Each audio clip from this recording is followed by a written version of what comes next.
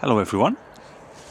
Today I'm back at Quarrington Hill in County Durham, not far from the A1. I came here last month on a miserable January Friday afternoon, and I mentioned I was going to come back in the summer on a nice sunny day. Actually, I've been driving close by, so I thought I'd pop in because it is a lovely sunny day. It's a bit cold, it's still a bit icy up on this hill at Quarrington Hill. But I thought it's one of the most fascinating places that I've visited during this journey of doing YouTube videos. See how overgrown it is down from this angle? It's lovely, wild, and as I said on last time, looks like somewhere out in the USA somewhere. But this is one of the old entrances here, because there was a church on the side. Love the gate. Just going to walk back up here and see if I missed anything the last time round. Apologies for the noise because we are next to a road.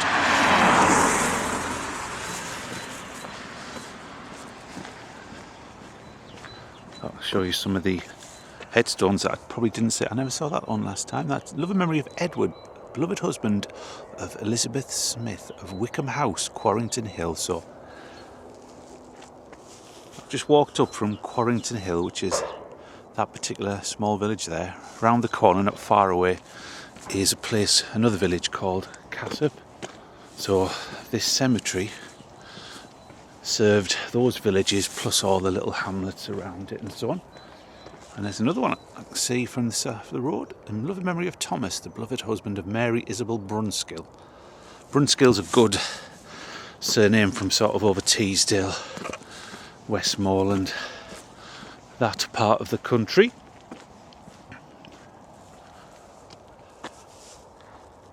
You might hear some noise in the background apart from the wildlife. There's a huge quarry on the other side of this hill. And that hum in the background is the main A1. We're only about 2 or 3 miles from Bolburn and the big Amazon building over there. But everything looks better when the sun's out. Everything shows up a lot better on the camera as well. In love and memory of Elijah, beloved husband of Ann Jackson. He died 1927, aged 67 years.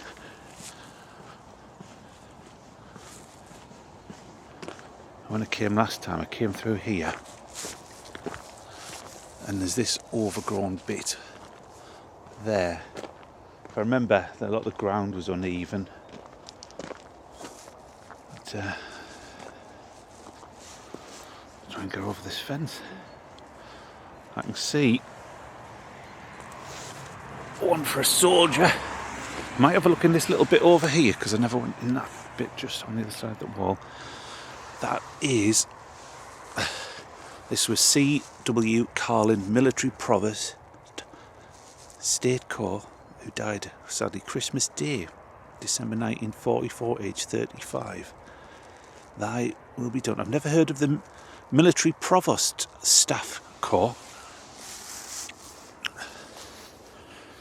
This cemetery is one of the most difficult to walk through that I've ever come across in any graveyard or burial ground. The ground is so even, lots of it has collapsed. You can see, oh, look at this. These ones look like 1930s, 40s, 50s. But you would literally need an army to even attempt to clean this up. I'm sure this would have been immaculately kept at one point, but even the ground itself, it's more like moorland fell than it is like grass anymore.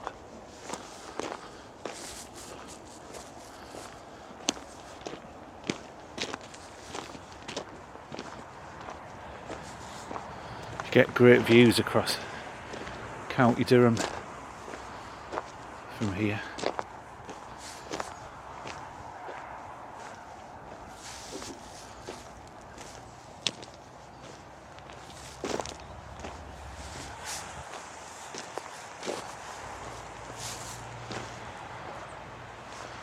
there's a more recent,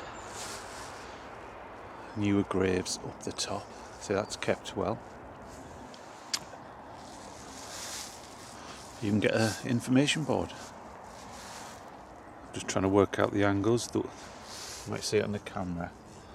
The church, St Paul's Church, is one of the most enduring features of the local landscape from 1868 until 1993, when it was demolished. It's become a sanctuary for the living as well as the deceased, where an abundance of wildlife can flourish. The lower part of the churchyard is managed like a hay meadow, which means the grass is cut in mid-August and the cuttings removed. This stops the meadow from becoming overgrown and colonised with hawthorn. The hay is then taken. Well, looks like the hawthorn has taken over. I think probably originally on that image there, it does look like a meadow. I'm just trying to picture where the church was. Possibly that bit there. But since I posted the first video about my visit here, I got a few comments and messages of people. Apparently there's a gentleman in the village who looks after some of the Commonwealth Grave Commission ones in here, volunteers. Does a good job because it's not the most easy place to get up to and get down. Look at that, Field of the Dead. I think I'm going to take some pictures, and which I'll put on my Facebook page, Life and Death in a Northern Town, but also they'll probably be on Beautiful Britain some point today when I pull over.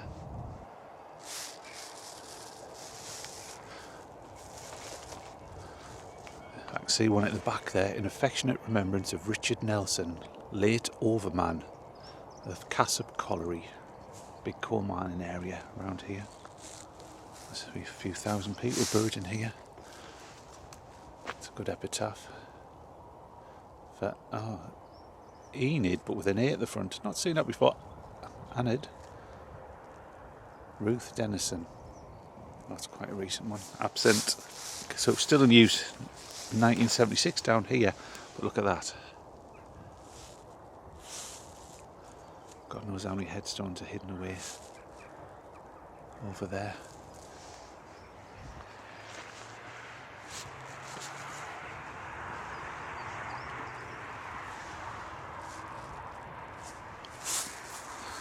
I'm just heading over towards Barnard Castle. So I just took a detour through Sherburn Village and popped over here. So it's easy to get to relatively. You just come off the A1 at Bulburn, or you cut through Sherburn Village, come down the back road and come up this hill. Oh, I'll go and see the Commonwealth Grave one again. It's up here. There is loads of wildlife. A couple of Perrymans there. Not a common name. The only one I can think of, Steve Perryman, the old Tottenham player. See, even just to get into any of these particular areas, you've got to risk your ankles and stuff like that.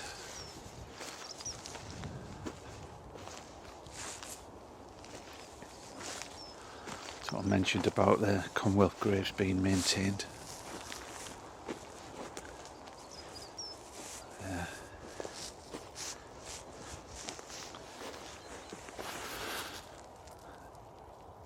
That's private. I think that's Applegarth of the East Yorkshire Regiment. Died. The sun is shining right on us, so I can't see, but he was age 33, and that looks, is it 1941 or 1911?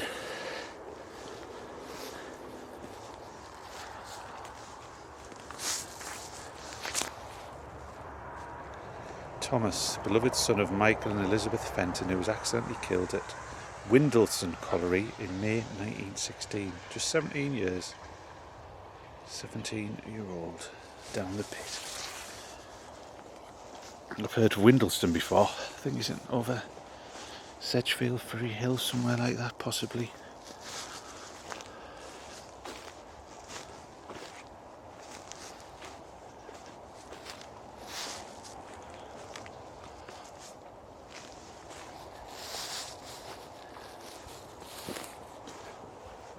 At least you've got a couple of footpaths through the cemetery you can walk on. The only parking, well, if you park outside the cemetery, you're literally half on the path and half on the main road, but there's plenty of space down in the village just to walk a few 100 metres up. Who's that there? In loving memory of Frederick, beloved son of Thomas and Elizabeth Heads of Old Cassop. It's a fine stone. And that's what I meant, look at all the thorns in there. And even on the ground there's like the surrounds of the family burial grounds, which are easy to trip over.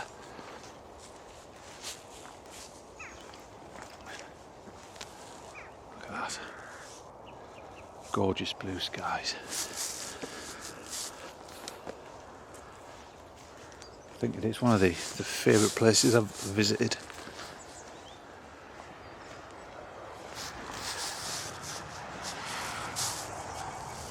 And you can go down into there.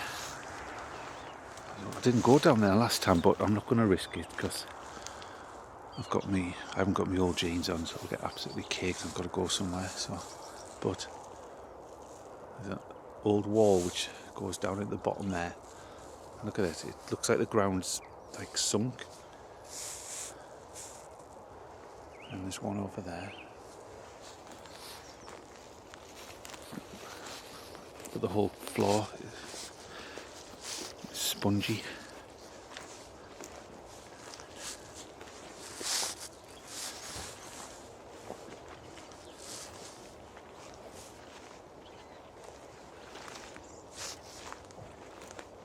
Perfect for wildlife.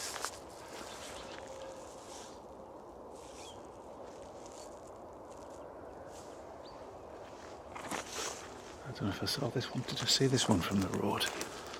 William Smith of Quarrington Hill. Yeah, I think I probably did.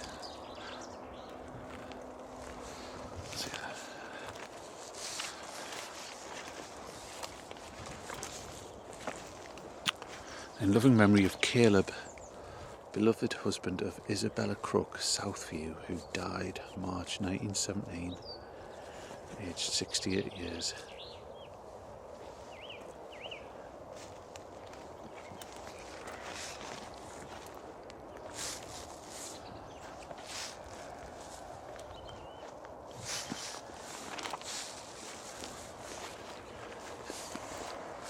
I'll have a walk into this, see if I can see some of the stones up here.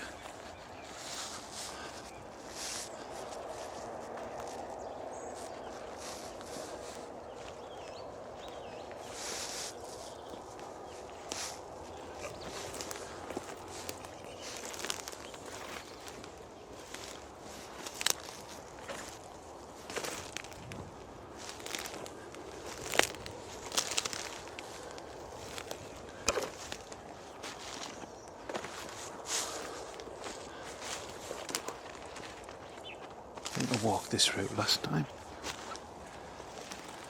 See, even down here, that person, somebody buried there in 1969. So we're not talking centuries ago or anything for this particular area. It's deteriorated. I've got a load of little graves in here. In love and memory of Richard, the beloved husband of, can't quite see it, who was accidentally killed at East Hetton Colliery. So that must be over towards Hortonley Spring, Hettonley Hall. Those stones are in good nick. They're from the 1940s, those black ones.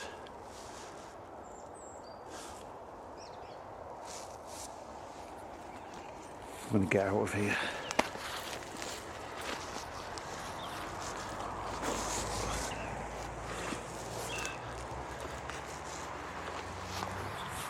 Get back on the main path.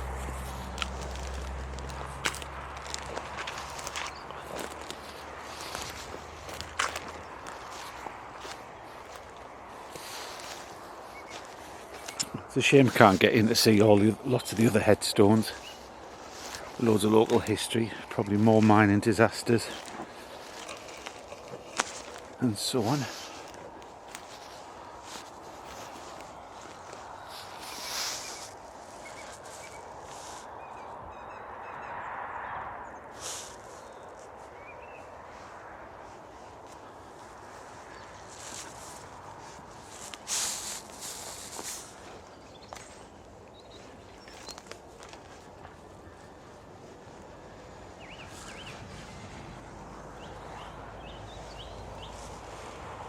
Alright, I'm going to leave that image of the cemetery and the blue sky. So if you did enjoy that video, please give it a like, and if you want, click on the subscribe. I'm off to McDonald's now because I'm starving and want a cup of coffee, so I'll probably do another video this afternoon.